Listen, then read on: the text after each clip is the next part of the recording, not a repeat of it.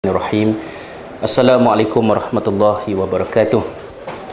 Alhamdulillah, salatan wa salaman ala Rasulillah wa ala alihi wa sahbihi wa man walahu, amma ba'd. Alhamdulillah, syukur pada Allah Ta'ala, kita masuk ke sesi yang kedua ya, daripada program Seminar Muslim 2014.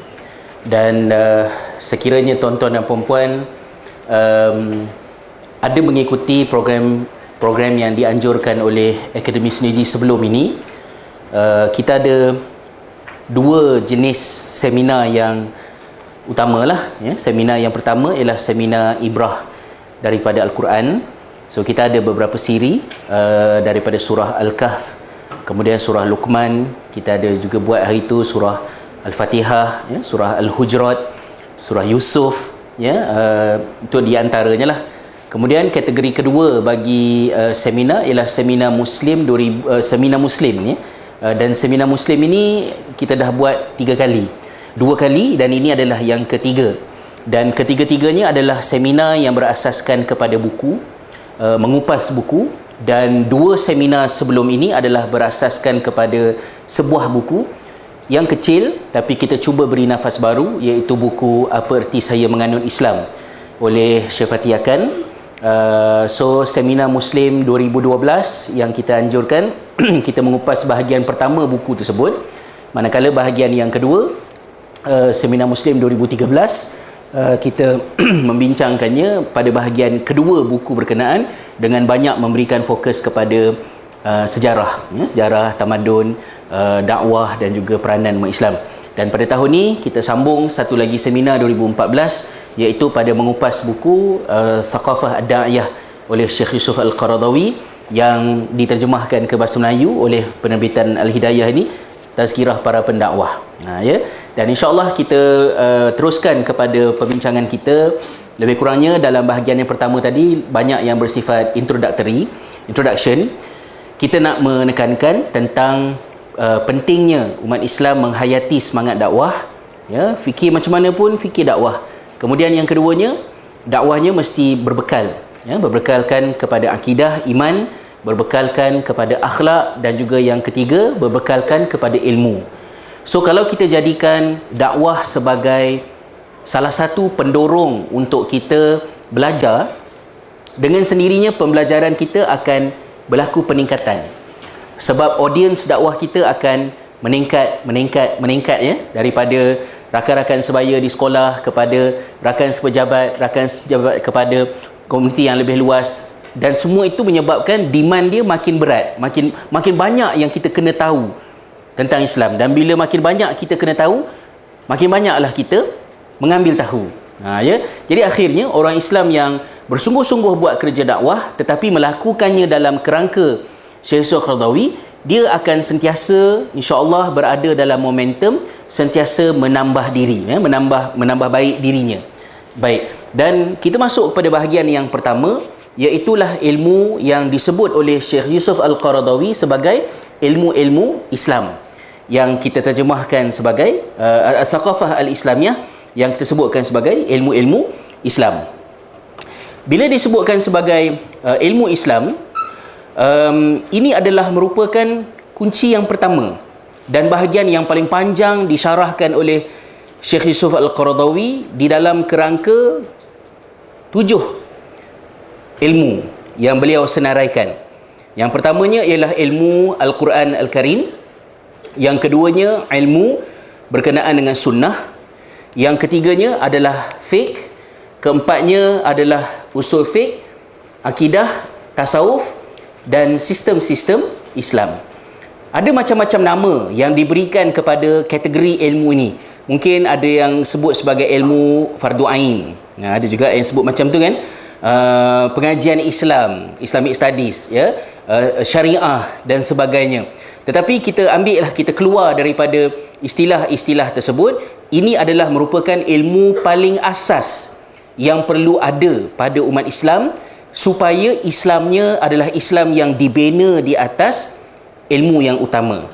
Kalau tuan-tuan dan puan-puan, ini topik esok lah insya-Allah, boleh ingat kembali kepada perbahasan yang pernah didengar di mana-mana ataupun di dalam seminar kami, kita menyebutkan bahawa peraturan-peraturan Allah Subhanahu Wa Taala, ya, bila Allah mewahyukan kepada kita, meletakkan peraturan kepada kita, peraturan Allah itu terbahagi kepada dua. Yang pertamanya ialah syariat Allah, syariatullah. Syariatullah ini revealed knowledge, ilmu wahyu, ilmu yang kita jumpa dalam Al-Quran dan dalam Al-Quran.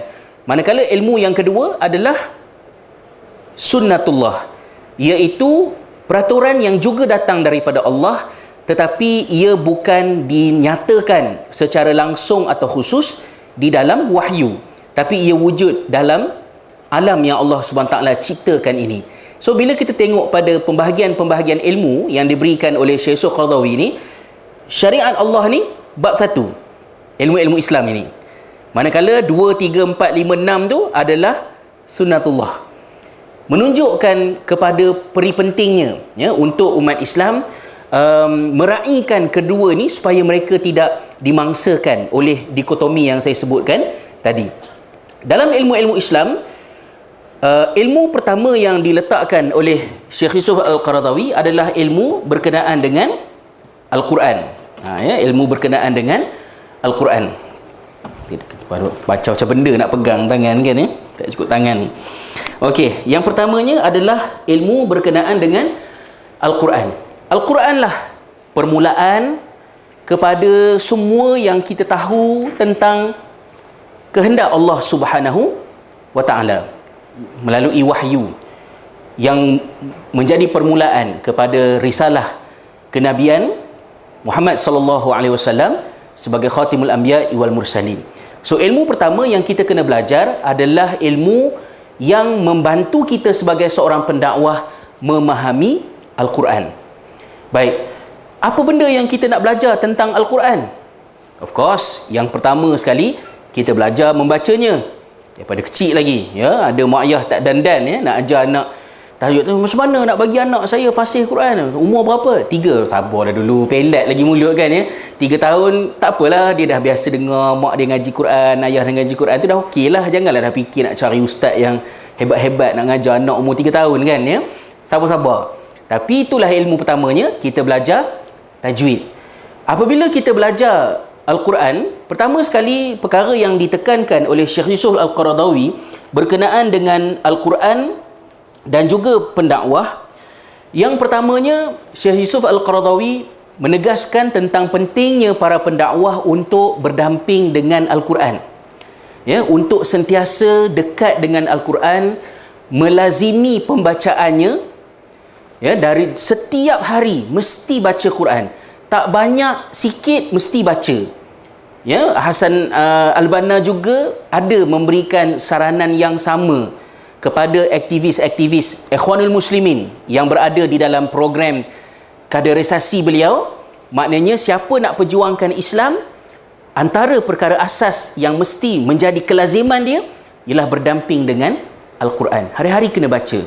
Sebab kata Syekh Qaradawi, bila hari-hari baca Al-Quran itu akan sentiasa mendominasi diri kita. Akhlak kita akan terikut dengan Al-Quran. Pemikiran kita akan terikut dengan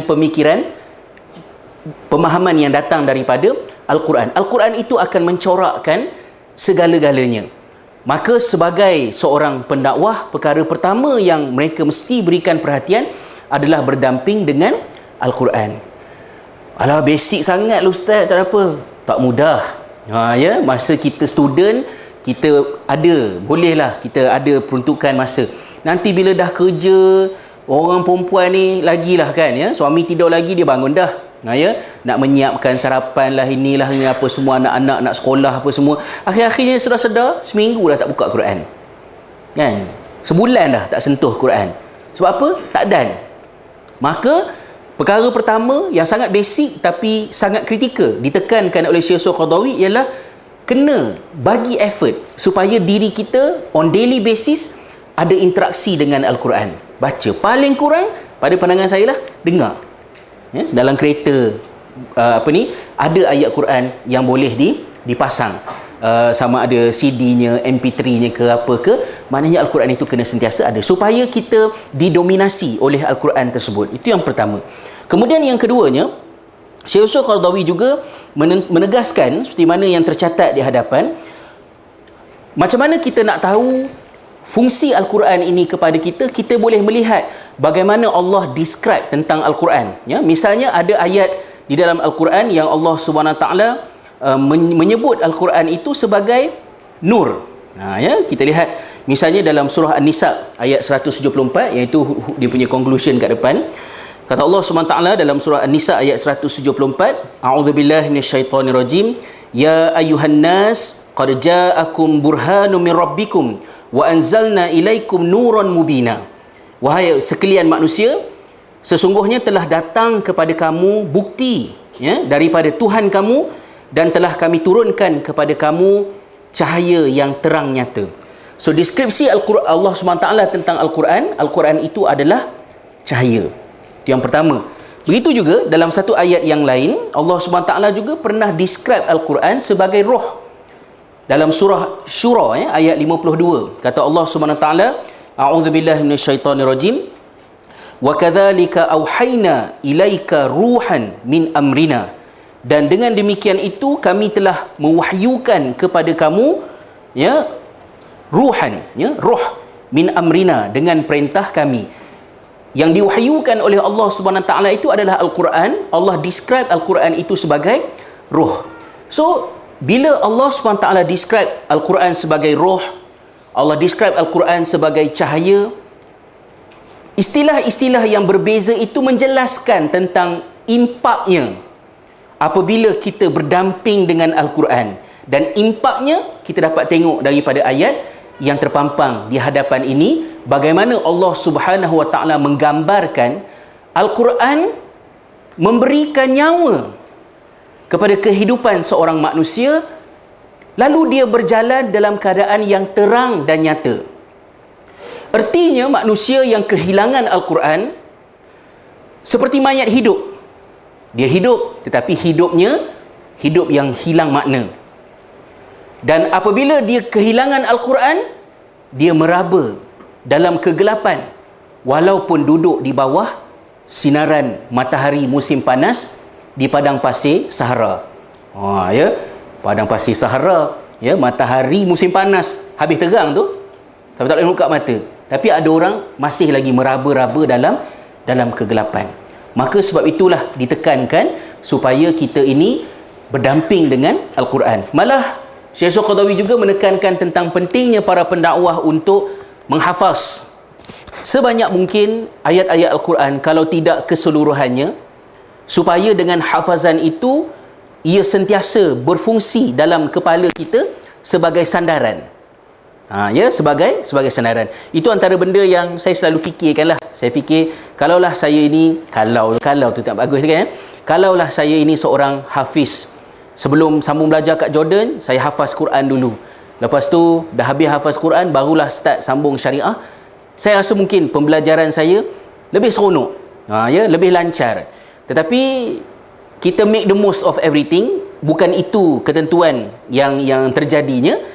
Semasa belajar di sekolah, seperti biasa, pelajar sekolah kami dan kebanyakan sekolah agama yang lain akan sambung belajar ke Mesir biasanya, ya, ke Al-Azhar. Dan requirement Al-Azhar hafazan ialah juzuk 1, 2, 3, 4 sampailah 8 ataupun 10. Ya, sebagai contoh, kalau tidak semua sekali lah pada bahagian Quran dengan pengajian Al-Quran. So kami pun di sekolah, cikgu-cikgu yang juga kebanyakannya adalah graduan daripada Al-Azhar, emphasize benda yang sama lah. Okey, hafal Pedawal, surah Al-Baqarah, hafal.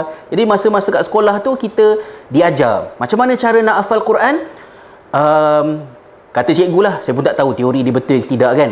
Dia kata hafazan ini, otak kita ni dia akan follow rutin kita. Jadi kita kena spesifikkan masa yang standard. Ini adalah masa untuk menghafaz Al-Quran, supaya otak kita tak confuse. Ya, maksudnya kalau masa menghafal itu ialah selepas maghrib, maka jadikan selepas maghrib dan isyak itulah waktu kita menghafaz Al-Quran. Maknanya esok pun lepas maghrib, lusa pun lepas maghrib, tulat pun lepas maghrib. Kata cikgu lah, Kemudian yang keduanya, apabila kita menghafaz Al-Quran, jangan tukar-tukar mushaf. Kan? Tukar naskah boleh, tapi mesti naskah yang samalah. Ya, kalau kita guna mushaf yang daripada Madinah tu, katalah macam tu, pakai yang itu sentiasa. Sebab sambil kita menghafal, kita juga mendaftarkan ingatan kita itu dalam bentuk visual, ya, dalam kepala kita. Jadi masa kita menghafaz Al-Quran itu, tanpa kita sedar, kita meletakkan ayat itu dalam kepala kita. Ayat ni kat atas ke, kat tengah ke, kat bawah kan. Macam mana rupa dia. Jadi, kalau kita tukar-tukar, maknanya dia menyulitkan hafazan berkenaan. So, kami di sekolah, cikgu bagilah kebebasan nak hafaz. Bila-bila ke, saya masa sekolah dulu, oleh kerana saya ni kaki bangku, ya, jadi tak adalah turun ke padang banyak sangat. Turun padang kejap-kejap saja. Ya, jadi masa hafazan saya ialah selepas asar, waktu yang tak bagus lah, rabun ayam, ya, time rabun ayam kan, lepas asar tu kan macam cahaya-cahaya dia tak berapa menggalakkan untuk orang baca. Tapi lepas asar ialah waktu yang relax, sebab semua orang lari pergi ke padang di sekolah. Itulah masa yang sedap untuk saya nak menghafaz. Ya, jadi tinggallah masa tu kita hafal pada awal. Tapi ketentuannya saya sambung belajar di Jordan. Bila sambung belajar di Jordan, mungkin Jordan mempunyai idea tentang penekanan yang berbeza daripada Al-Azhar. Kalau Al-Azhar mula daripada juzuk 1, 2, 3, 4, 5 sampai ke atas, kami di Jordan terbalik pula. Ya, daripada belakang. 30, 29, 28, 27, 26, 25. Kat tu je lah sampai juzuk 25. Jadi, alamak, tak guna pula macam tak pakai pula hafal awal tu, kena hafal kat ujung pula. Jadi kita pun pindah ke hujung semasa belajar tu. Bila kita menghafaz, hafazan itu akan menjadi rujukan kita. Bila kita rasa, oh, Allah Ta'ala ada menyebut satu benda ini, kita nak kaitkan dalil-dalil dalam pembelajaran. Tak bolehlah jawab exam kan, ya, seperti mana yang dinyatakan oleh Allah, firman Allah, ya ayyuhallazina amanu titik hingga ke akhir ayat. Berapa banyak ya ayyuhallazina amanu ada dalam Quran kan? Ya ayyuhallazina amanu yang mana satu? Jadi tak bolehlah macam tu. Jadi maknanya kita kena menghafaz. Maka dalam konteks dakwah, ada ayat-ayat yang mungkin kita boleh sama ada surah-surah ataupun ayat-ayat yang perlu kita hafal. Contohnya lah, kalau masa zaman-zaman saya muda-muda, mula-mula ikut usrah dulu, ayat-ayat ni ayat yang kena hafal. Contohnya ayat apa ni, wal takum minkum ummatun yad'una ilal khair, katalah, ya, ayat berkenaan. Kemudian apa ni, al yauma akmaltu lakum dinakum wa atmamtu alaikum ni'mati wa raditu lakumul islam madina. Ayat-ayat yang nak pakai dalam penyampaian ni. Ya. Jadi kita pun petik dan ada effort tersebut. Subhanallahnya, Syekh Zarqadawi mengatakan bahawa memang itu perlu dibuat. Ya, jadi tuan-tuan dan puan-puan, ada ayat-ayat tertentu dalam Quran yang memerlukan kepada hafazan. Walaupun pada masa ini kita sudah mempunyai banyak teknologi, ya, untuk mencari ayat Quran. Senang je, saya buka iPad saya, type je satu kataan Arab, terus dapat kan 30 ayat yang mempunyai perkataan yang sama. Tapi ia tidak sama dengan kualiti kalau ianya berlaku secara hafazan. So, nak hafaz masa bila? Kita sebagai pendakwah, carilah jalan. Saya rasalah, ya, first time lah saya sebut benda ni, eksklusif untuk 80 orang. Pelik ni kan. Tak ada apalah. Saya ingat minggu lepas kot. Minggu lepas saya bermimpi. Oh, mimpi ya. Kisah-kisah luar biasa ni kan popular sekarang ni kan, ya. Saya mimpi degree syariah saya ditarik. Ya. Saya punya ijazah ditarik. Lecturer saya cakap ada subjek tak selesai lagi. Saya punyalah terkejut, dalam mimpi pun terkejut. Ya Allah, aku dah 10 tahun lebih meninggalkan pengajian, berbelah-belah tahun. Macam mana ni, ada pula rupanya tak habis lagi. Ingatkan 8 tahun menderita dahulu. Punya gelisah. Sampailah saya terjaga daripada tidur. Astaghfirullahalazim, nasib baiklah mimpi. Saya fikir baliklah, apa benda mimpi ni kan? Dan ini bukanlah tafsiran standard, ya. Kalau mimpi macam tu, inilah makna dia. Ini saya lah punya tafsiran kan, untuk ingatan diri saya. Saya teringat kepada perjanjian saya dengan pensyarah masa saya exam last untuk hafazan Al-Quran pada tahun ke-8, setelah 3 tahun tak berjaya attend exam. Ya, accident lah, inilah itulah apa semua. Last kali, sebab sepatutnya saya ditasmik 4 juzuk. Ya, sebab saya 4 juzuk tak habis. 25, 26, 27, 28. Saya dah habis 2 juzuk, 4 juzuk nak kena tasmik. Kan tu. Tetapi pensyarah saya hanya tasmik saya satu surah saja. Surah An-Najm. Saya tengah baca-baca surah An-Najm tu, dia berhentikan saya. Kau pelajar tahun berapa? Dia tanya saya lah kan. Allah, tanyalah surah-surah yang susah, janganlah tanya soalan yang sensitif ni kan ya. Kau belajar tahun berapa? Saya pelajar tahun 1993. 1993? Kau buat apa kat sini? Sekarang 2001. Dia sebut macam tu lah kan. Tu saya pun ceritalah gini, saya kena gantung beasiswa 98, membawa diri ke UK, lepas tu accident dah, lepas tu masuk hospital lah, ini apa semua. La haula wala quwwata. So sekarang buat apa? Saya kerja jadi imam dekat Island. Jadi antara kata-kata akhir yang dia sebutkan pada saya ialah dia kata, baiklah, kalau macam tu engkau pun dah kerja jadi imam, kau memang tak boleh lari dah daripada Al-Quran ini, maka engkau mesti berjanji dengan aku, wallahi wabillahi watallahi, engkau akan menjaga Al-Quran, menyampaikannya kepada masyarakat dengan amanah, dan engkau pastikan hafalan kau baik.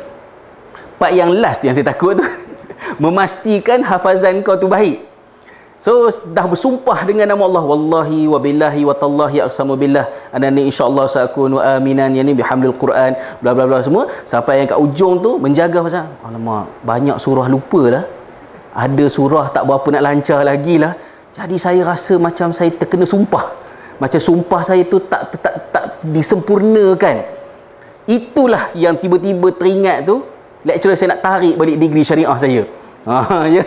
Jadi masa tu betul-betul geletar, ya Allah ya Tuhanku, sempat ke lagi ni kan ya, nak review balik menghafal Quran ni. Jadi itu benda yang saya fikirkan lah dalam 2-3 minggu ni tentang hafazan saya. Bukan banyak, 6 juzuk saja yang disyaratkan dalam pembelajaran kami. Jadi untuk memastikan anak-anak, tuan-tuan dan puan-puan tak jadi macam saya, ya, jadikanlah perancangan untuk mereka menghafaz Al-Quran sebagai satu benda yang penting pada usia yang sesuai.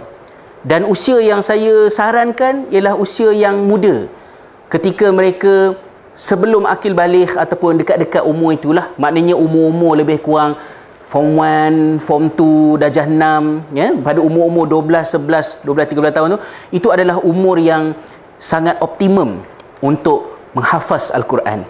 Dan insya-Allah hafazan yang dihafaz pada umur itu, hafazannya orang tua-tua kata seperti menulis di atas batu. Maknanya macam menempa di atas batu. Maknanya lekat lah. Lekat ya. Memang umur tu apa saja yang dihafal lekat. Ya? Saya lirik lagu When the Smoke is Going Down Scorpion pun masih lekat walaupun dah 30 tahun tidak menyanyikannya. Sebab itu sebahagian pada hafazan saya pada umur tersebut. Jadi kalau anak-anak tangguhkan sikit ke belajar ataupun masuk sekolah tahfiz form 1 ke apa ke, saya secara peribadinya menggalakkannya sebagai foundation yang sangat penting untuk kegunaan masa hadapan. Tapi kalau dah lepas SPM, nak memulakan hafazan, masuk program diploma tahfiz apa semua, dia ada cabaran yang tersendirilah. Sebab dah jadi remaja, kepala dah bercabang-cabang, jiwa dah gelora sana sini dan sebagainya, memang agak payah. Tapi it's never too late untuk menghafaz Al-Quran. Housemate saya semasa belajar di Jordan, pelajar masters, orang Turki lah, orang Turki yang bukan Al-Hafiz, yang tak ada latar belakang tetapi belajar agama, dia menghafaz Al-Quran masa dia buat masters. Habis 30 juzuk. Dr. Jengsu Ucer, ada dalam buku saya tuliskan kisah tentang dia. Dia menghafaz Al-Quran masa dia buat masters. Ada sajalah, ada seorang makcik umur 70 lebih menghafaz Al-Quran. Saya baca dekat internet di Amerika Syarikat. Makcik ni teringin sangat nak hafal Quran. Tengah-tengah seronok nak hafal Quran, mak dikahwinkan dia. So bila kahwin, jaga suami, jaga anak, kungkang-kungkang sana sini apa semua, sampailah dah umur 70 lebih, anak habis dah kahwin, cucu-cucu pun tak ada dah nak kena jaga apa semua, start hafal. Habis hafazan Quran. Ya, jadi Syekh Qaradawi tekankan perkara pertama yang dilakukan ialah berdamping Al-Quran, membacanya dan juga berusaha untuk menghafaz beberapa ayat dalam konteks kita sebagai pendakwah. Itu yang pertama. Kemudian yang kedua, Syekh Qaradawi juga menekankan tentang beberapa perkara yang kita perlu beri perhatian tentang Al-Quran. Bila kita baca, kita berinteraksi dengan Al-Quran, kita perlu peka tentang beberapa ciri Al-Quran yang mendominasi interaksi kita terhadapnya. Iaitulah yang pertama, kata Syekh Al-Qaradawi, yang perlu ditekankan ialah Al-Quran adalah merupakan kalam Allah. Al-Quran merupakan wahyu Allah. Bila Al-Quran merupakan wahyu Allah, itu kena set dalam kepala. Dan fungsinya ialah, bila Al-Quran adalah merupakan wahyu Allah, kita akan pakai Al-Quran dalam bentuk yang sesuai dengan Al-Quran itu sebagai wahyu Allah. Maka sebagai seorang pendakwah, tak patut macam mana macam yang Quran cakap tu, kena repair bahagian-bahagian tu. Ia adalah bentuk pengungkapan, pemetikan Al-Quran yang tidak menampakkan Al-Quran itu adalah merupakan titah daripada Tuhan kita. Kita perlu menyebutnya dengan cermat, dengan baik. Seperti mana yang ada disebutkan dalam satu ayat Quran. Saya tak ingat sangat sepenuh ayat tu, ya, tapi firman Allah Subhanahu taala, kita memulakannya dengan auzubillahi minasyaitonirrajim. Kita pun sebut ada satu bentuk penghormatan yang khusus diberikan kepada teks Al-Quran, kerana ia adalah merupakan kalam Allah SWT. Dan kita tak buat lawak, bermain-main dengan ayat Quran. Apa dalil haram dadah dalam Quran? Oh, fi amadin mumaddadah. Wah, ya, tu budak sekolah punya lawak lah. Janganlah buat macam tu. Ayat Al-Quran adalah merupakan wahyu, maka kita mesti menghormatinya. Itu daripada aspek yang paling layman. Yang kedua, apabila kita membaca karya-karya orientalis, kita akan melihat orientalis secara konsisten dalam amanah mereka terhadap ilmu. Bagi yang amanah, mereka akan menyatakan as stated in the Quran, as Al-Quran describes. Dia akan sebut macam tu. Dia tidak akan sebut seperti mana yang Allah nyatakan. Sebab bagi dia, Al-Quran adalah merupakan teks dalam kitab berkenaan. Tetapi kita sebagai umat Islam, kita melihat Al-Quran itu sebagai wahyu. Dan apabila ia wahyu, kita kena imbangkan. Bukan salah nak sebut, ya, seperti mana yang disebutkan Al-Quran. Yang menyebut sebenarnya adalah Allah SWT. Jadi lebih wajar untuk kita menyebutnya seperti mana yang Allah sebutkan dalam Al-Quran. Ya. Kerana untuk mengingatkan kita tentang Al-Quran sebagai wahyu daripada Allah SWT, ia adalah merupakan satu perkara yang sangat penting. Contohnya dalam surah Al-Kahfi. Bagi yang attend seminar 2 bulan lepas, kalau masih ingatlah, ya, kata Allah SWT dalam surah Al-Kahfi, ya, nahnu naqussu alaika naba'ahum bil haqq. Sesungguhnya kamilah yang menceritakan kepada kamu kisah mereka dengan benar. Tujuan ayat itu, ataupun orang kata hikmah ayat tersebut disebut begitu, ialah supaya kita ingat balik betul-betul. Tahu tak kisah Ashabul Kahfi? Tahu? Baca daripada mana? Daripada buku ni, daripada buku tu, daripada artikel ni, dengan ustaz ceramah semua. Okey, kali ni masa baca tentang surah Al-Kahfi, please bear in mind, kisah Al-Kahfi ini yang menceritakannya adalah kami, kata Allah SWT. Maknanya cerita itu, kau pernah dengar version macam-macam. Version ustaz cerita, version kitab ni sebut, version yang Bible sebut, version yang tak tahu dari mana asal usulnya apa semua. Tapi sekarang ni, masa yang kamu sedang baca kisah Al-Kahfi ni, kami yang ceritakan kepada kamu, kata Allah. Maka bila kita sedar kisah itu adalah merupakan wahyu daripada Allah, ia akan mempengaruhi sikap kita terhadap ayat tersebut. Layak ke ayat Allah SWT disyarahkan dengan menggunakan fakta yang palsu? Fakta yang tidak diketahui asal usulnya? Allah Ta'ala kata, innahum fityatun amanu birabbihim wazidnahum huda. Sesungguhnya mereka itu adalah merupakan sekumpulan pemuda yang telah beriman kepada Tuhan mereka. Pemuda ini, tuan-tuan dan puan, namanya ialah Miksalmina. Namanya ialah Tamliha. Bila kita sebut macam tu, kita sedang mendetailkan, mensyarahkan cerita Ashabul Kahfi yang sebenarnya adalah merupakan wahyu Allah SWT. Awak nak ambil point daripada Israiliyat untuk mensyarahkan wahyu Allah Ta'ala. Ini tidak kena.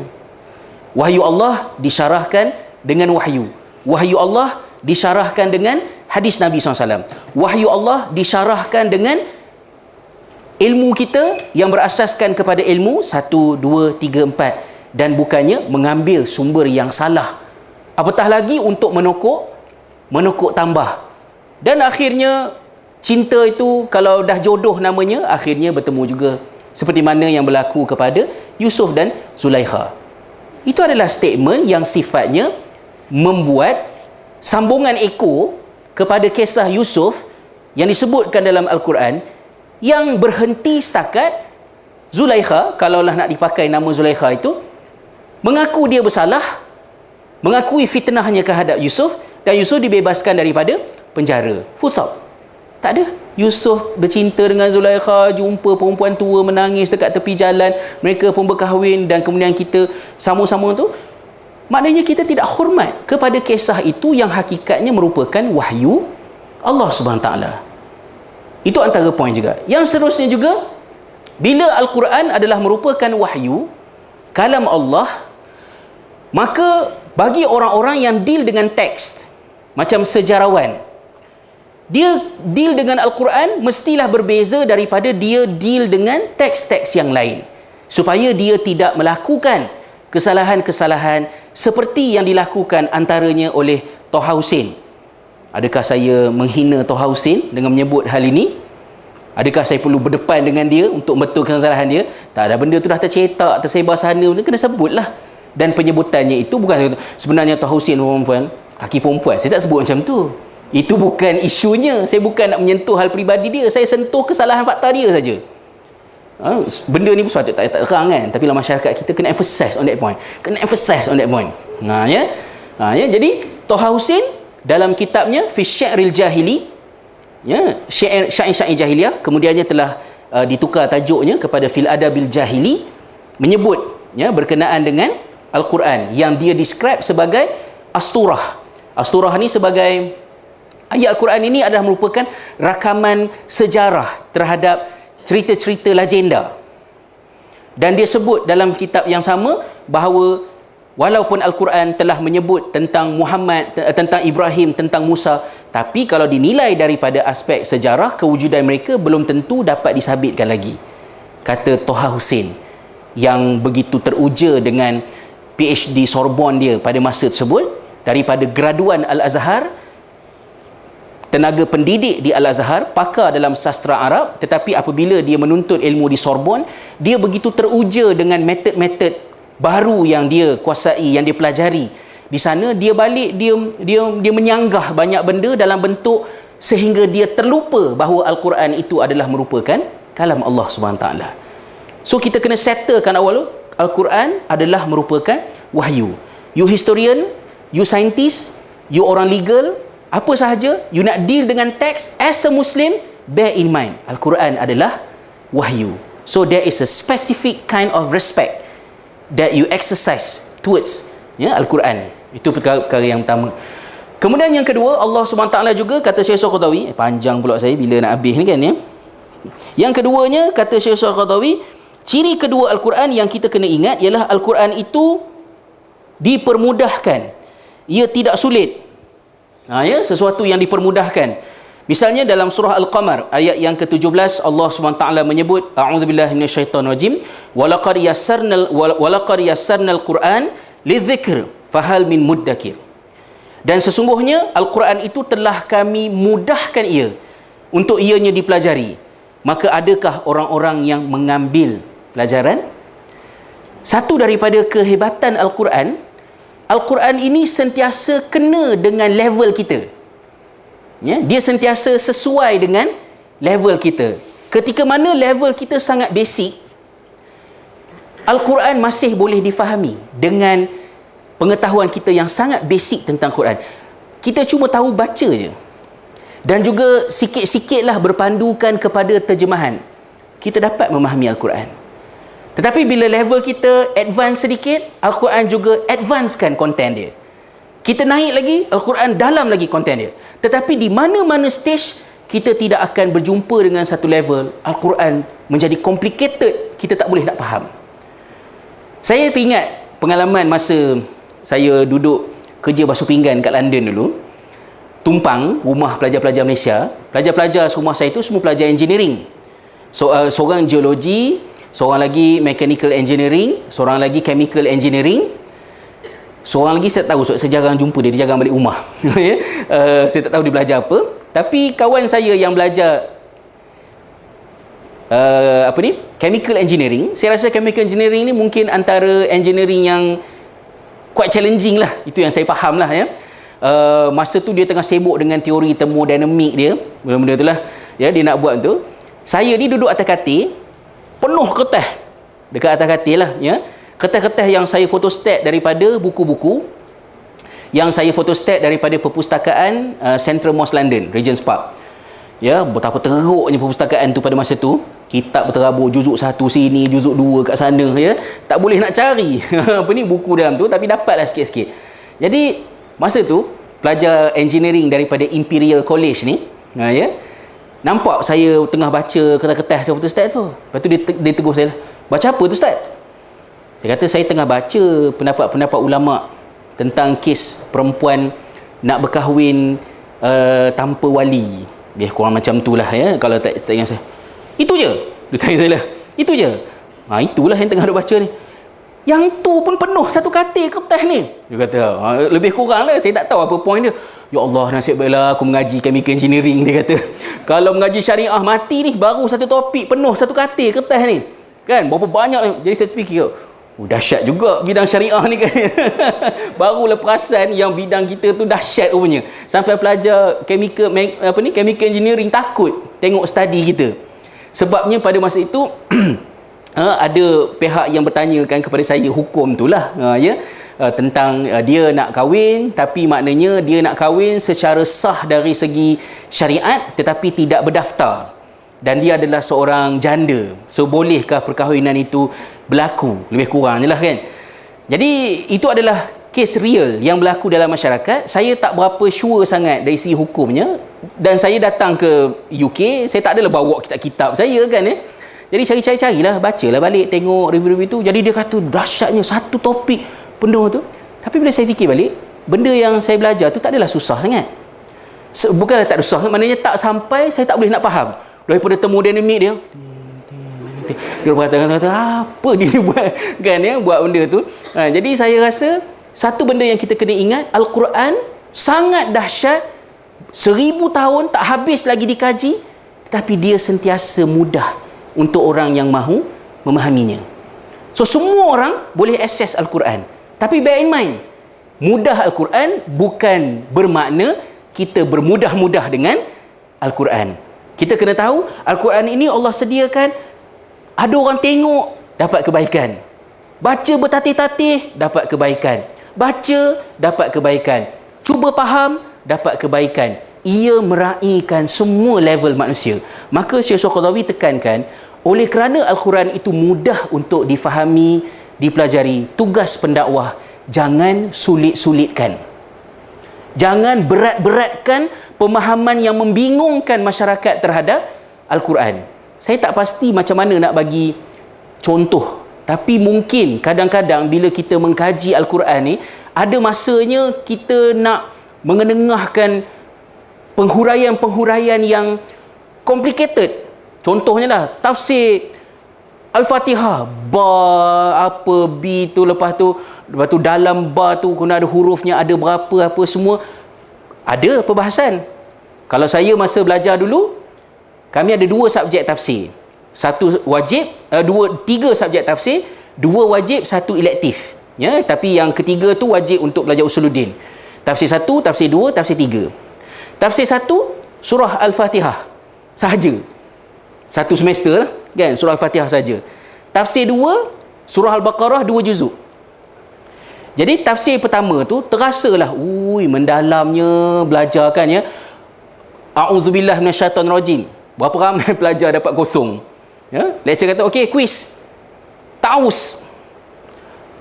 Kosong. Sebab alif dengan ain bunyi lebih kurang serupa. Jadi saya ingat satu hari tu betul kan je. Kan betul kan? Betul penting lah.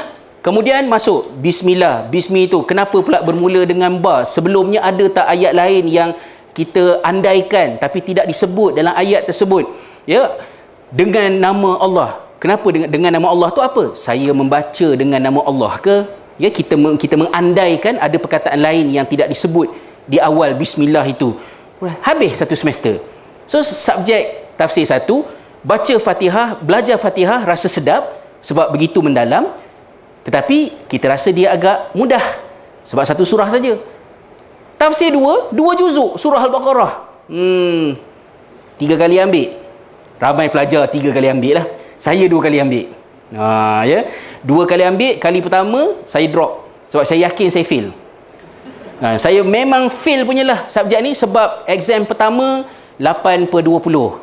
Kata fail lah tu kan. Dia mestilah 10/20 minimum kan.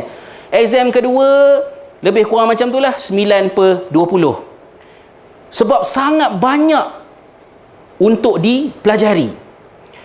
Dalam banyak dipelajari pula, belajar tak? Belajar sampai merah-merah biji mata. Tapi masalahnya masalah pensyarah. Ya. Masalah pensyarah. Sebab pelajar perempuan semua lulus. Pelajar lelaki semua fail. Saya dengan 2-3 orang kawan jenis yang rebellious sikit ni, tak boleh terima lah benda ni. Kenapa? Kita orang tahu betapa hampirnya jawapan pelajar perempuan. Tapi kenapa pelajar perempuan lulus, pelajar lelaki fail? Saya pergi jumpa dia. Doktor, kenapa markah saya banyak ni? Saya rasa saya jawab betul-betul ikut seperti jawapan yang dicadangkan pada tahun-tahun sebelumnya. Sebab soalan lebih kurang sama je. Berapa kali ambil? Saya kata ini kali pertama. Jumpa semester depan. Dia jawab macam tu kat saya. Terus je, jumpa semester depan. So hobi dia ialah melihat wajah kami 2 semester. Saya tak tahu kenapa cantik sangat kita orang ni sampai 2 semester dia nak mengadap kan ya. Jadi saya rasa tak boleh nak buat apa dah. Saya drop semester 2 sambung balik. Sangat banyak dari segi nak memahami Al-Quran tersebut. Tu pun dah rasa berdebar dah. Ya Allah, lulus ke ni. Sebab memang subjek yang biasanya pelajar akan fail. Pelajar lelaki akan fail. Masa nak masuk semester akhir, pensyarah kata dia masuk pertandingan pilihan raya. Jadi dia minta lah supaya kami doakan supaya dia menang pilihan raya. Ya Allah, amin. Amin, biarlah menang. Keluarlah pada universiti ni. Tak ku ingin ya, melihat wajah engkau lagi. Tak patut kan pensyarah macam tu kan ya. Tapi sekali-sekala ada lah yang pelik-pelik macam tu. Memang kita orang doa sungguh-sungguh semayang hajat. Minta dia lulus, minta dia menang dalam pilihan raya supaya dia tinggal akademik. Sebab bagi saya dia tidak amanah. Ya, dia boleh failkan pelajar tanpa justifikasi. Dan keluar result periksa, alhamdulillah saya dapat markah semua 46 subjek, itulah subjek yang paling rendah markah saya. 56%. Bagi saya 56% tu memang markah saya lah tu. Yang mana yang dapat 50% tu semua fail. Tapi diluluskan sebab dia gembira dia menang pilihan raya kan. So semua tak ada orang fail, semua lulus. Ya. Nak bagi tahunya Al-Quran ini poinnya lah susah tetapi ia telah dipermudahkan dan jangan kita susah-susahkan huraian-huraian tentang Al-Quran, sampaikan huraian yang sifatnya membina pemahaman dan bukannya mencelarukan pemikiran orang tentang Al-Quran. Baik, kemudian yang ketiga, Syekh Qaradawi juga menekankan bahawa Al-Quran ini adalah merupakan mukjizat. Mukjizat ataupun juga disebut sebagai i'jaz datang daripada mukjizat ini adalah fa'il dia lah, pelaku dia. Ya. Dia punya maksud mukjizat ini datang daripada perkataan a'jaza, maksud dia ialah yang melemahkan. So satu daripada kriteria Al-Quran ialah Al-Quran ini ada karakter melemahkan. Melemahkan siapa pula? Melemahkan pihak yang cuba mencabarnya. Ya. So kalau orang tanya Quran ni apa? Mukjizat. Apa maksud mukjizat? Mukjizat ialah yang melemahkan. Apa maksud melemahkan? Dia melemahkan, mengalahkan sesiapa yang cuba menumpaskannya. Yang disebut sebagai mukjizat. Maka mukjizat dalam Al-Quran yang disepakati oleh seluruh ulama bahawa perspektif itu ialah mukjizat ialah i'jaz bayani ataupun i'jaz mukjizat dari aspek bahasa. Itulah yang disepakati oleh ulama. Kalau orang kata mukjizat Al-Quran, Al-Quran ialah mukjizat terbesar Nabi SAW. Apakah, di sisi manakah Al-Quran itu sifatnya mukjizat? Daripada aspek bahasanya.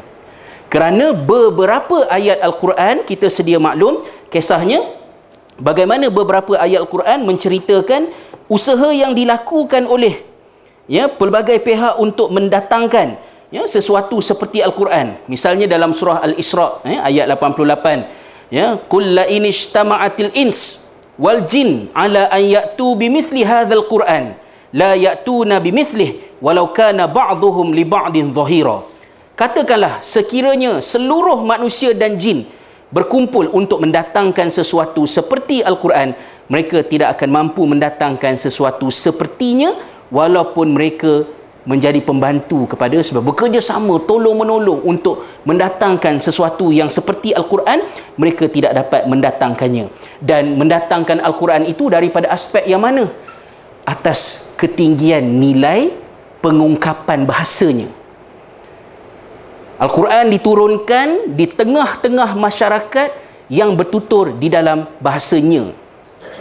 Dalam Al-Quran ada huruf-huruf seperti Alif Lam Mim, Yasin, Kaf Ha Ya Ain Sad, Alif Lam Ra. Ulama-ulama berbeza pemahaman tentang apakah hikmah di sebalik sebutan huruf-huruf yang tidak bermakna ini. Walaupun ada setengahnya cuba dimaknakan oleh sebahagian mufassirin, seperti Yasin adalah merupakan ringkasan kepada Ayuhal Insan sebagai contohnya lah. Tapi itu semua adalah merupakan andaian, tidak asasnya. Kita boleh menerima saranan daripada sebahagian ulama yang menyatakan bahawa bila Allah Ta'ala sebut Alif Lam Mim, Alif Lam Ra, Qaf, Kaf Ha Ya Ain Sad dan seterusnya, Allah menyebut huruf-huruf yang membentuk bahasa orang yang disasarkan Al-Quran itu. It means that apa yang bakal aku nyatakan di dalam ayat ini adalah sesuatu yang diungkapkan dalam bahasa yang kamu faham sepenuhnya. So kamu tidak boleh memberikan alasan kamu tidak faham, kerana ini adalah bahasa kamu. Tetapi untuk mendatangkan sesuatu seperti Al-Quran dari segi bahasanya, mereka tidak dapat melakukannya. Tetapi mukjizat Al-Quran daripada aspek-aspek yang lain, contohnya mukjizat sains, ulama berbeza pendapat. Ada sebahagian mengatakan fakta-fakta sains dalam Al-Quran adalah mukjizat. Sebahagian yang lain tidak menggunakan istilah mukjizat, tetapi mereka sekadar menamakan fakta sains dalam Quran sebagai dalail an-nubuwah, dalil-dalil kenabian, bukti-bukti kenabian. Kenapa? Kerana tidak memenuhi syarat asas untuk sesuatu itu dikatakan sebagai mukjizat. Maksudnya, bila satu benda tu nak dikatakan sebagai mukjizat, ia mestilah cover seluruh Al-Quran. Dia tak boleh, kat sini betul, kat sini ada isu sikit, kat sini betul, kat sini ada perbahasan sikit. Tak boleh macam tu. Dia mesti cover semua. Maka mukjizat Al-Quran dari segi bahasa, semua tempat. Semua tempat. Petiklah mana-mana ayat pun, ketinggian bahasanya tidak mampu dicabar. Tetapi untuk membuktikan Al-Quran sebagai mukjizat daripada aspek sains, sains itu sendiri pembuktiannya berasaskan kepada empirikal, hasil daripada penelitian. Inilah setakat ini, inilah pemahamannya. Ada possibility ianya berubah suatu nanti. Ada setengah-setengah topik ia tidak muktamad. Ia mungkin terbuka kepada benda yang baru. Misalnya contoh yang takat orang macam saya boleh nak faham, Allah sebut dalam surah Yasin, wasyamsu tajri limustaqarril laha, dan matahari itu bergerak pada landasannya, orbitnya. Allah sebut begitu sebab meraihkan pandangan kasar mata kaum yang mendengar ayat tersebut, bahawa yang bergerak adalah matahari dari timur ke barat.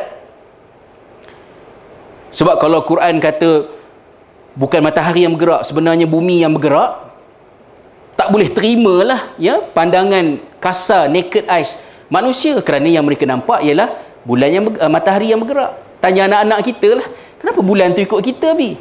Bawa kereta kan, anak saya rasa macam dia diikut oleh bulan tersebut, padahal dia yang bergerak, bukannya bulan tersebut. Tapi sebenarnya matahari juga bergerak. So di satu peringkat orang jumpa lah sebenarnya bukan matahari yang bergerak, bumi yang bergerak mengelilingi matahari. Ia sudah kontradik dengan ayat surah Yasin tadi. Tapi bila dia analisa lagi pula, oh rupa-rupanya matahari juga mempunyai gerakannya yang tersendiri. Maka nature sifat sains tu begitu, maka ulama mengambil precaution untuk tidak menamakan fakta-fakta sains dalam Quran itu sebagai mukjizat. Tapi ia adalah dalil-dalil, bukti-bukti kenabian Nabi Muhammad SAW. Begitu juga dengan i'jaz nombor, i'jaz adadi. I'jaz adadi ini, i'jaz nombor berasaskan kepada bahasa Arab itu sendiri. Huruf-huruf yang digunakan untuk mengeja bahasa Arab itu mempunyai nilainya. Ini knowledge ancient. Ya, setiap huruf itu ada nilai dia, numerical. Alif 1, ba 2, jim 3, dal 4, ya, abjad, hewes, hiti, kalaman adalah sampai ke depan sana. So susunan dia lah alif, ba, jim, dal, ha, waw, za, ka, lam, mim, nun. Susunan sebenar huruf-huruf Arab itu mengikut nilai nombor dia. Sebab itu bila kita jawab peperiksaan dalam bahasa Arab kertas objektif, jawapannya bukan alif, ba, ta, sa, kan, ya? Susunannya lah alif, ba, jim, dal. Maka susunannya disebut sebagai abjadiyah, kan, alif, ba, jim, dal. Sebab alif nilai 1, ba nilai 2, jim nilai 3, dal 4. Saya tak berapa tahu sangat tentang asal usul pemberian nilai pada setiap huruf tersebut, sebab ini ancient knowledge. Tetapi kerana setiap huruf itu ada nilai, sebahagian daripada pengkaji cuba untuk menganalisa ayat-ayat Al-Quran berdasarkan nilai-nilai numerika tersebut. Lalu keluarlah i'jaz adadi. Seperti yang very extreme yang dibawa oleh Rashad Khalifah, kod 19. Ya, yang tersebut yang anti hadis Rashad Khalifah. Pensyarah saya bahagian tafsir, bukan yang tadi itulah, kami ada 2-3 orang pensyarah tafsir. Seorang lagi pensyarah tafsir, beliau sangat-sangat memperjuangkan mukjizat nombor dalam Al-Quran. Dia lecturer kami lah, tapi kami semua tak setuju. Semua tak setuju dengan dia. Dan dia telah membuktikan calculation dia betul belaka setakat ni. Berdasarkan kepada ayat sekian-sekian, dia kira perang Teluk berlaku pada tahun 1991. Jadi maksud dia macam tu lah. Dia kira dan akhirnya dia membuat, antara yang kami masih ingat pada masa belajar dulu, calculation dia berdasarkan ayat-ayat tentang Palestin akan jatuh ke tangan umat Islam pada tahun 2020. Terus teringat, wawasan 2020 kan, ya. Masa itulah baru diperkenalkan, kan, ya. Pada tahun 2020. Jadi kami macam tak boleh terima. Tak boleh terima sebab kami rasa ia adalah satu koinsiden yang hebat. Tapi dia adalah koinsiden. Ia bukan ilmu. Ya. Tapi tak boleh nak argue. Ya. So kita dengar, tak setujulah, macam mana, kan. Balik-balik bersembang je lah. Setakat dulu. Ya. Tak adalah pergi attack Facebook lecturer ke. Ya. Sekarang ni belajar buat macam tu, boleh maki lecturer dekat Facebook. Kan, saya tak faham lah dengan generasi muda sekarang ni. Marah orang muda, kan, ya. Sebab saya rasa masa saya belajar dulu, pelajar yang paling kurang ajar, pelajar yang paling teruk di kalangan kami, dia tidak akan buat satu jenayah lah, iaitu biadab dengan lecturer. Itu saya tak pernah jumpa. Tak pernah. Dia biadab sesama kita adalah bergaduh, tumbuk, goncang pintu rumah ke apa ke, nak pukul ke, panggil polis ke, ada berlaku. Tapi kurang ajar dengan lecturer, tak pernah berlaku. Never ever happen. So bila datang seorang ulama yang lebih terkenal, saya tak kata lebih hebat, tak berani, kita tak boleh banding-bandingkan ulama, yang lebih terkenal dan senior, almarhumnya Syekh Fadl Hasan Abbas, datang ke universiti kami bagi lecture. Dia buta. So kami beranikan diri bertanya. Bukan saya tanya, seorang tapi pelajar Malaysia juga, kan. Assalamualaikum Fadilatul Syekh, yani syukran jazilan li muhadaratik, yani indana soal wahid, kami ada soalan tanya, ustaz kami di sini. Dia terus tahan. Dia kata jangan sebut nama dia. Dia katakan jangan sebut nama dia. Masa dia adabkan kami, sebut isunya saja, tak payah sebut nama pensyarahnya. Ya, cepat, dia pantas. Itu saya ingat kejadian dia. Okey, pensyarah kami, dia sangat menekankan tentang mukjizat nombor. Dan dia mengatakan berdasarkan kiraan dia, Palestin akan jatuh ke tangan umat Islam pada tahun 2020. Ma ra'yuka fi hadzal amr? Dan apa pandangan Syekh tentang hal ini? Jadi dia sebutlah, dia ni very senior lah, boleh kata kebanyakan pensyarah di Jordan ialah anak murid dia, sebab masa tu umur dia pun dah late 70s, nak masuk dekat 80 dah masa tu kan. Jadi dia kata kalaulah itu asasnya, maka mereka yang berjuang sehingga syahid di Palestin itu, apakah kedudukan mereka? Pembazir kan, sia-sia. Begitulah, ini adalah perkara sudfah, kebetulan, dan cuba untuk membuat begitu, ini adalah tadakhul, ya, campur tangan, mencampuri urusan Allah Subhanahu wa taala. Maka tinggalkanlah hal seperti ini dan serukan jihad seperti mana yang sepatutnya. Itu yang dia sebut itulah. Jadi mukjizat nombor, itulah isu dia. So tuan-tuan dan puan, kalau marah Rashad Khalifah anti hadis, nak tendang kod 19, jangan anggap kod 19 tu kod 19 macam tu saja. Dia ada asas ilmunya. Dia ada asas ilmunya, dan oleh kerana dia ada asas ilmunya, maka kita kena berhati-hati. Takut-takut nanti kalau ada orang syarahkan Rashad Khalifah, pula dah minta password ya, Rashad Khalifah, kita tercengang bila melihat betapa betulnya beberapa bentuk penafsiran ayat, kita pula jadi anti hadis. So kita kena bear in mind bahawa Rashad Khalifah dan juga pengikut-pengikutnya, mereka juga mempunyai asas ilmu terhadap benda yang mereka bawa tadi. Okey, sekejap ya. Baik, so kita perlu meraihkan sifat Al-Quran itu sebagai mukjizat. Saya cuba nak speed lah, takut lama sangat. Sebagai mukjizat. Justru Al-Quran itu dalam para pendakwah menyampaikannya, ini adalah salah satu daripada dimensi berkenaan dengan surah di dalam ayat-ayat Al-Quran yang perlu kita berikan perhatian. Macam-macam dia jadi.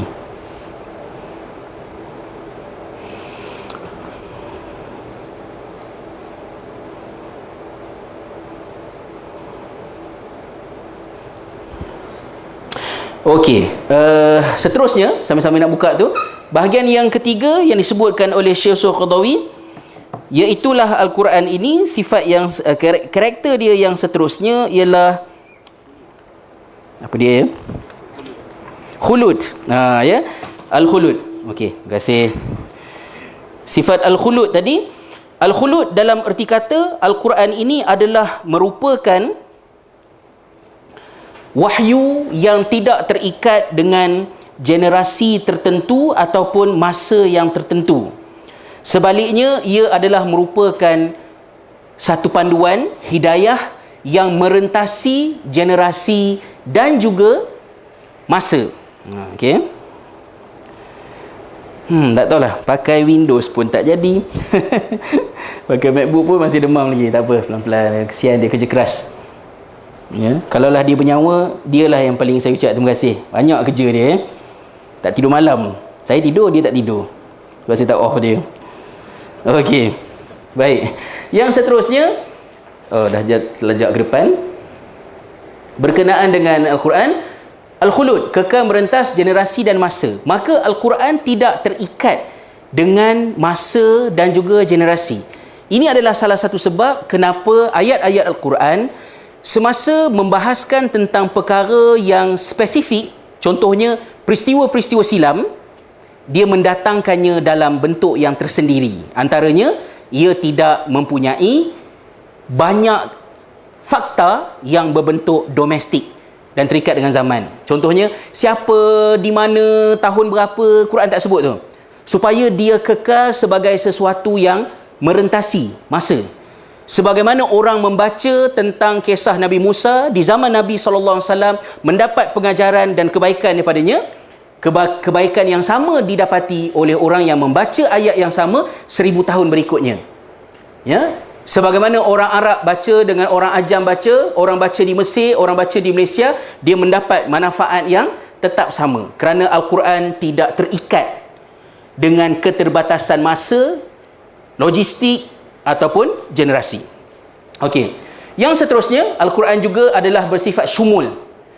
Apabila Al-Quran bersifat petunjuk, maka Al-Quran merangkumi semua aspek dalam kehidupan manusia. Syumul bukan bererti semua benda in detail Quran terangkan. Dia bukan begitu. Tetapi konteksnya syumul. Maksudnya, kalau kita bahagikan manusia kepada 5 aspek, ya, spice, ya, spiritual, physical, intellectual, emotional, social. Kalau kita bahagikanlah manusia tu, ya, pada interaksi dia dengan persekitaran ataupun wujudnya manusia itu ada 5 aspek padanya, ataupun kita ambil 4 lah, PIES, physical, intellectual, emotional, spiritual. Maka ayat Al-Quran cover benda tu, cover bahagian spiritual, cover bahagian physical, cover bahagian intellectual, dan juga cover bahagian emotional. Maka ada ayat Al-Quran menyentuh tentang pengurusan fizikal, macam mana nak uruskan harta. Kata contohnya, ayat paling panjang dalam Quran ialah ayat yang membicarakan tentang hutang, ya, satu muka surat. Maka ia adalah menyentuh aspek fizikal yang kita possess, iaitu hutang, macam mana nak uruskannya.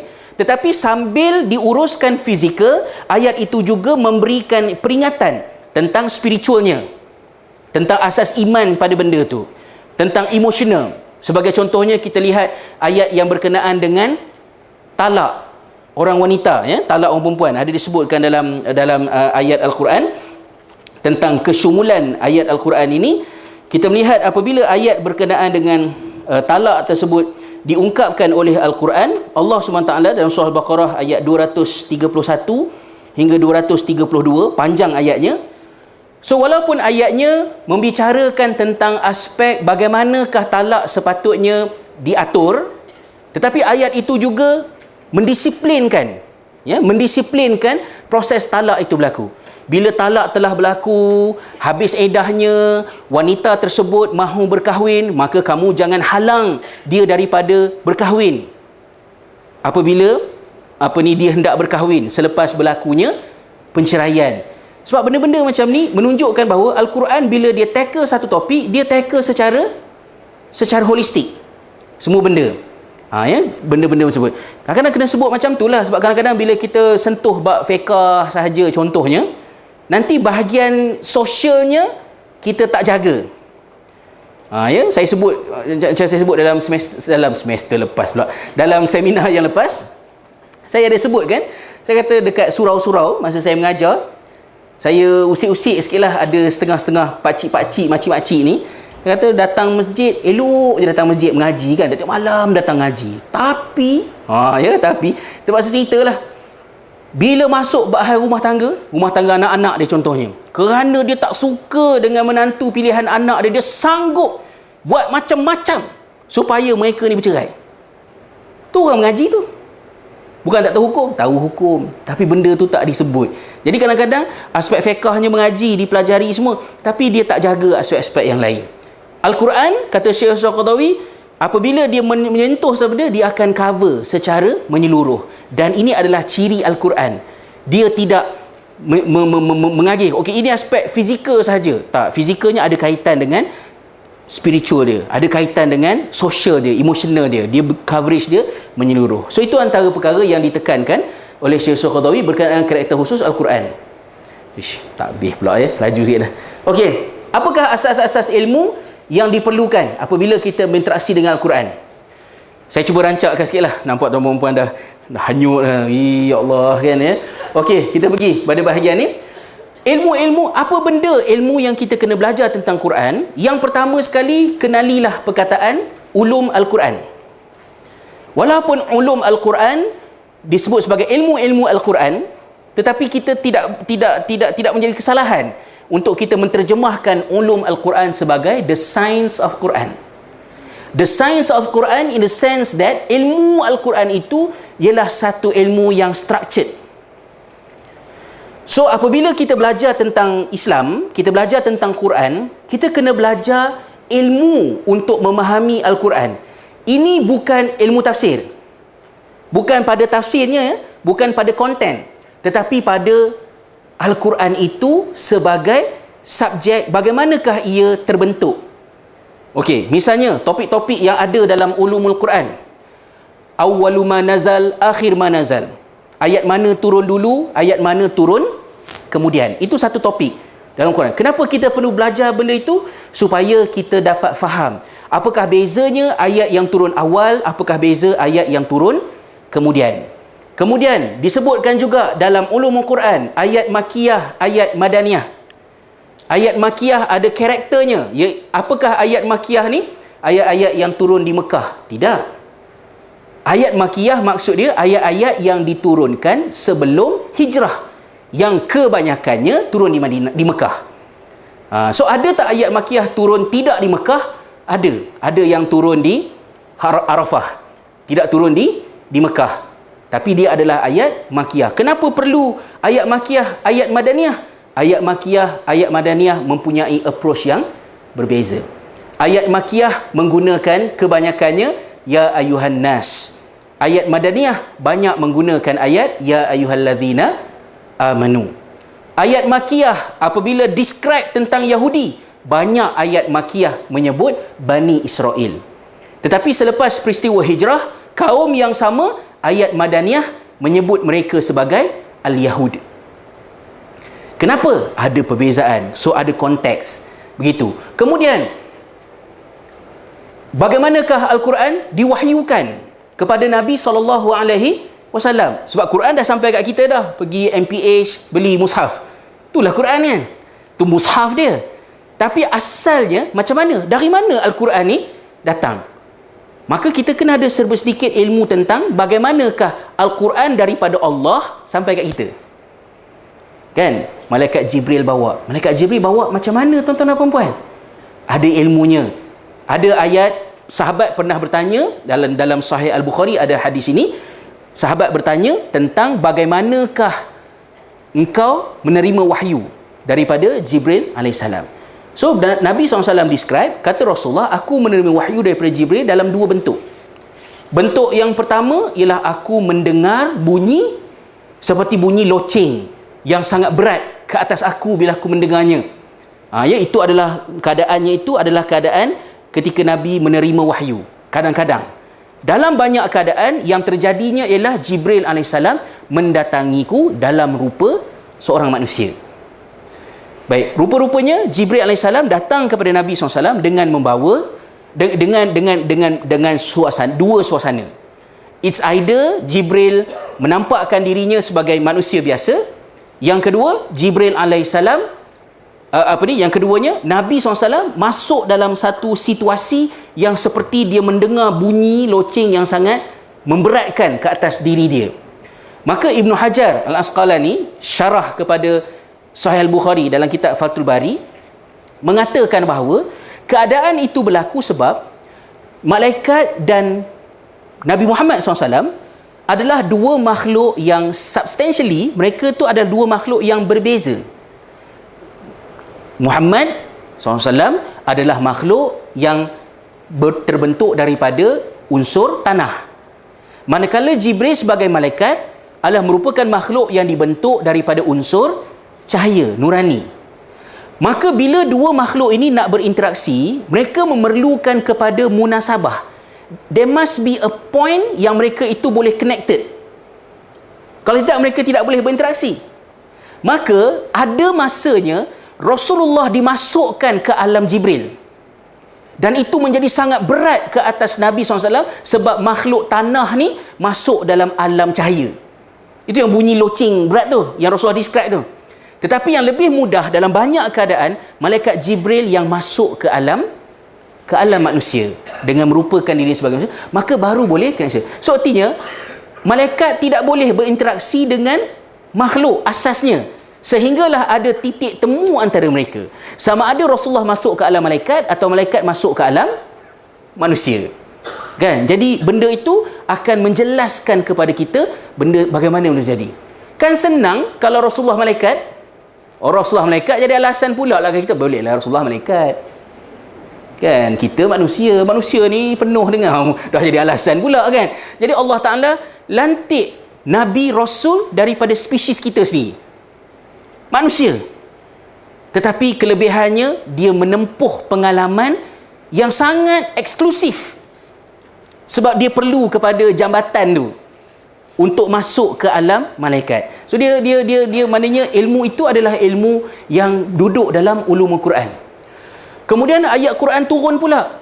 Kat mana nak letak? Dalam surah mana? Surah ni nama dia apa? Itu adalah benda yang kita perlu ambil tahu. Dan apabila ayat Quran diturunkan, adakah ia ditulis? Adakah ia dihafaz? Apakah isu-isu hafazan dan penulisan yang berlaku sebelum Al-Quran akhirnya menjadi satu mushaf seperti mushaf yang kita baca pada hari ini? Ada sejarahnya. Kenapa penting belajar benda-benda macam ni? Bila datang golongan-golongan Quranis, yang anti hadis, yang mengatakan kami orang-orang Quran, dan mereka pun membawa isu begini begitu dan sebagainya, nak menjawabnya bukan tajwid yang menjawabnya. Yang nak menjawabnya bukan taranum yang menjawabnya. Yang nak menjawabnya bukan tafsir yang menjawabnya. Yang menjawabnya adalah back to basic, first knowledge tentang Al-Quran, iaitu disebut sebagai ulum Al-Quran. Bagaimana Al-Quran ada banyak qiraat. Rasulullah suruh malaikat tolong ulang sekali lagi. Malaikat ulang dalam bentuk pembacaan yang berbeza. Rasulullah suruh malaikat ulang sekali lagi. Rasulullah ulang lagi dalam bentuk pembacaan yang berbeza. Kerana kaum-kaum Arab itu ada lehjah yang berbeza antara satu sama lain. Tetapi bagaimanakah ia kemudiannya diselaraskan? Kemudian kalau kita baca di sini begini, orang di Morocco baca begitu, adakah itu bermakna Al-Quran cacat sehingga orang Morocco baca lain daripada orang Malaysia? Jawapannya patah balik kepada ilmu asas Al-Quran. So tak adalah dah nak kata tak tahulah nak buat apa weekend ni. Baca, cari ilmu tentang ulum Al-Quran. Kalau kita belum dapat ni, buku-bukunya Syekh Qaradawi ada sebut buku-buku dia, tapi buku-buku dalam bahasa Arab. Itu kegagalan saya lah. Saya berazam sangatlah untuk setiap topik saya nak senaraikan kitab-kitab yang boleh saya cadangkan pada tuan-tuan yang berada dalam pasaran Malaysia. Saya boleh petik situ, tapi bahasa Arab, lepas tu tak ada dalam pasaran Malaysia. Tapi carilah ilmu-ilmu buku-buku tu ada, insya-Allah, dan kita boleh manfaatkan. Itu pertama. Kemudian sejarah Al-Quran, dan juga yang ketiganya sejarah Al-Quran. Saya sebut tadilah bagaimanakah Al-Quran asalnya dibukukan. Surah tu bila dinamakan, adakah nama itu datang daripada Nabi SAW atau Allah yang spesifikkan, ataupun macam mana? Adakah surah Al-Quran turun semua sekali satu surah Al-Baqarah turun sedabak banyak tu, ataupun turun sikit-sikit? Adakah surah yang ayat ni turun ni, kemudian ayat turun kemudian? Iqra bismi rabbikal ladzi khalaq, beberapa ayat yang pertama turun dahulu, ayat yang berikut-berikutnya turun kemudian, dimasukkan dalam surah yang sama. Bagaimanakah proses itu berlaku? Semua itu diterangkan di dalam bahagian ulum Al-Quran dan juga sejarah Al-Quran. Hujiyatul Quran, bagaimanakah Al-Quran itu sebagai hujah? Atas asas apa Al-Quran itu sebagai hujah? Saya telah terangkan dalam beberapa seminar yang lalu. Sangat penting bila kita belajar Al-Quran, kita tahu bila kita kata Al-Quran itu wahyu, tang mana yang buktinya Al-Quran itu adalah word of God, kalam Allah, maka dia memerlukan kepada pembuktian. So bila kita belajar Al-Quran, ulumul Quran, antara topik awal yang kita belajar ialah hujiyatul Quran. Al-Quran sebagai hujah. Di manakah Al-Quran itu berfungsi sebagai hujah? Itu ada diterangkan. Kita nak buktikan daripada aspek hadis, kita nak buktikan daripada aspek bahasa, kita nak buktikan daripada aspek matematik. Macam mana? Kita boleh tengok kat depan lah. Saya reserve untuk esok, insya-Allah, benda tu. Nanti kita sentuh semula tadi. Baik, kemudian tafsir. Beberapa asas ya. Saya cuba laju sikit sebab banyak bendanya. Tafsir, Syekh Qaradawi menekankan mengutamakan intipati utama tafsir. Apabila para pendakwah baca kitab tafsir itu sangat meluas. Misalnya tafsir Fakhrul Razi, walaupun mungkin orang tak apa rujuk sangatlah, tapi setengah-setengah ulama ulas tafsir Fakhrul Razi. Mereka kata tafsir Fakhrul Razi ni fihi kullu syai'in illa tafsir. Ini adalah kitab tafsir yang dalamnya semua benda ada kecuali tafsir. Kerana macam-macam benda disentuh ya dalam hal tersebut, kecuali benda yang biasanya dikaitkan dengan tafsir. Jadi bila kita membaca tafsir, kita jangan terlarut di dalam perbahasan yang sangat bercabang. Contohnya kalau kita buka tafsir Al-Kashaf oleh Imam Zamakhsyari. Beliau mengupas tafsirnya daripada aspek bahasa. Maka kupasan bahasanya sangat mendalam. Biarkan orang yang mengkaji aspek bahasa Quran mengkajinya sejauh itu. Tapi untuk kita pendakwah, jangan kita terlarut begitu jauh. Fokuskan kepada bahagian yang sifatnya adalah untuk membantu kita memahami apakah kehendak ayat ini. Jadi basically Syekh Qaradawi bagi peringatan supaya stay fokus. Kepala punya mindset masa saya baca ni, sebagai seorang da'i, saya nak memahami ayat ini supaya saya boleh bantu orang ada di keliling saya dan diri saya sendiri. Cukup yang itu. Selebihnya itu sebab anda nak lebih mendalami Al-Quran, teruskan. Tapi as a dakwah, stay fokus ya pada intipati utama. Kedua, menjauhkan diri daripada Israiliyat. Ya, Israiliyat susah juga. Saya sendiri pun tak dapat menjelaskan dengan baik kenapa Israiliyat berada dalam kitab tafsir. Apakah yang ada dalam mindset mufassirin dahulu yang menyebabkan Israiliyat itu berada di dalam karya-karya mereka? Sebahagiannya yang mungkin boleh saya andaikan ialah tahap keilmuan yang ada pada masa tersebut tidak memuskilkan masyarakat pada masa itu untuk membezakan di antara Israiliyat dengan yang bukan Israiliyat. Apakah Israiliyat? Kok ada lah pula tanyakan ya. Israiliyat adalah riwayat-riwayat yang memberikan keterangan tentang isi kandungan kitab-kitab samawi. Mungkin termasuk juga asalnya tidak berkenaan dengan Quran, tetapi riwayat-riwayat ini datang daripada literature, ilmu pengetahuan orang-orang ahli kitab Yahudi dan Nasrani. Tapi yang banyaknya ialah daripada Yahudi. Daripada Nasrani pun ada. Yang daripada Nasrani pun disebut sebagai Israiliyat. Sebab yang banyaknya ialah daripada Israel, Bani Israel. So contohnya, kalau kita katakan Israiliyat, kita baca yang saya sebutkan tadi, katalah contohnya kita buka dalam surah Al-Anbiya, menceritakan tentang kisah Nabi Yunus berada di dalam 3 lapisan kegelapan. Ya, di dalam perut ikan. Ikan apa? 40 hari 40 malam. Dalam tu tak ada sebut yang tu. Ya, dalam tu sebut dalam kegelapan.